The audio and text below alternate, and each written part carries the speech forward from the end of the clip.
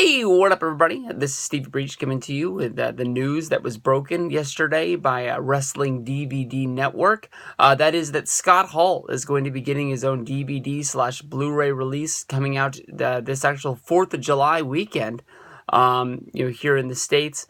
The title is going to be Living on a Razor's Edge, the Scott Hall story.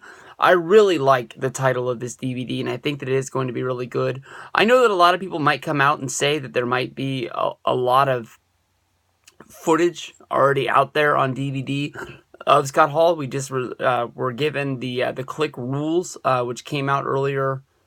I guess it came out later last year. Whatever it came out within a calendar year, basically, is what I'm trying to say. Is in the last 365 days, this came out.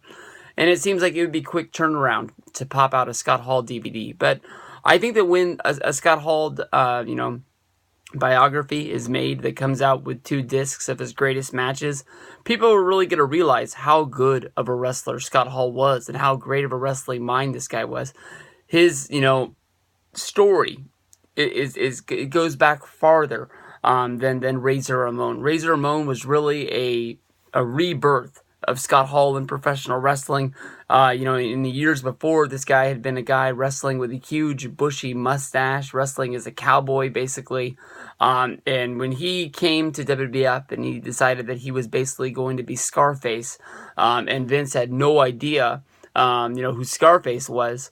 This was big and huge to the wrestling business. I remember when he came in to the WWF, it seemed like he immediately got a championship shot put right into the main event of the Royal Rumble against Bret Hart.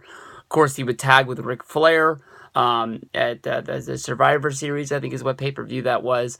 And he'd go on to have a great career, being, sort of like the staple of the Intercontinental Championship feud, whether if he had it or whether if he was going after it.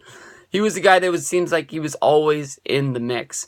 I never really liked, of course I liked the first match he had with the 1-2-3 Kid, where he put 1-2-3 Kid over on Monday Night Raw.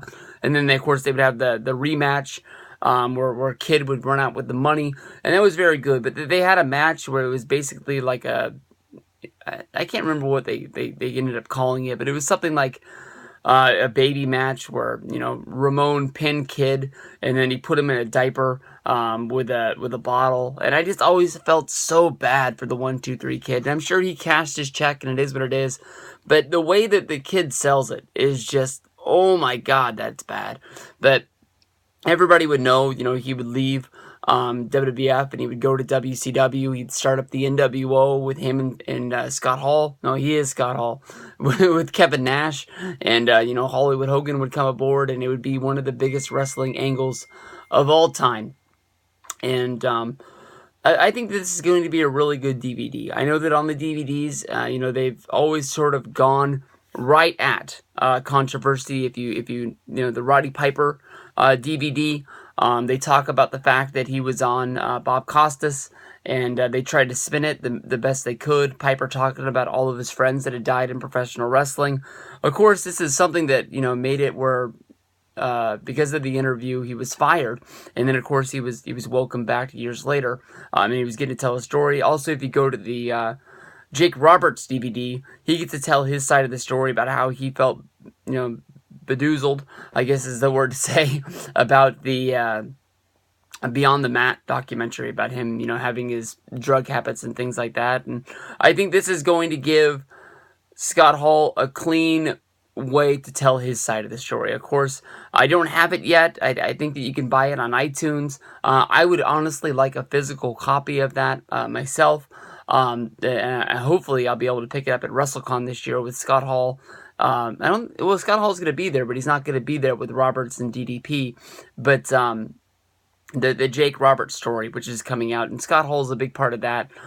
Jake Roberts comes in and is living with DDP, and DDP's trying to clean up his life.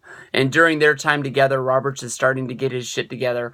They notice on the outside that Scott Hall needs some help, and basically Roberts and DDP bring in Scott Hall, and they start to rebuild his life to the point where he is now, where at WrestleMania 30 he got put into the Hall of Fame. He basically lives a clean slate now these days.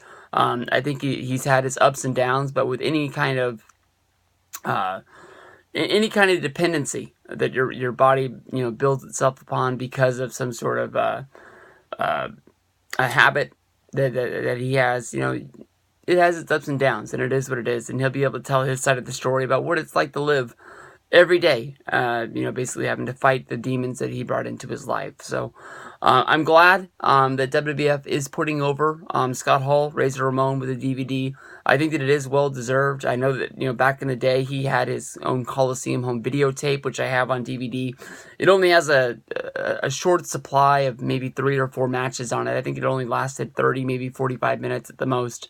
But that was always really fun to watch as I was a kid.